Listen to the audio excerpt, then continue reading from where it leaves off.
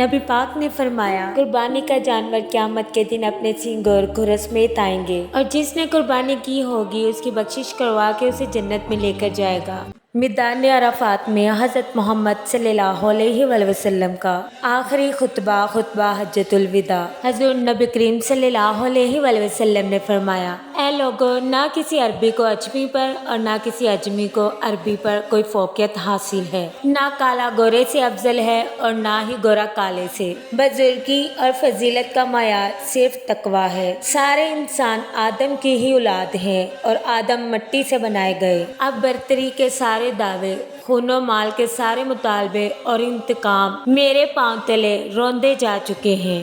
لبیک اللہم لبیک لبیک لا شریک لک لبیک ان الحمد والنعمة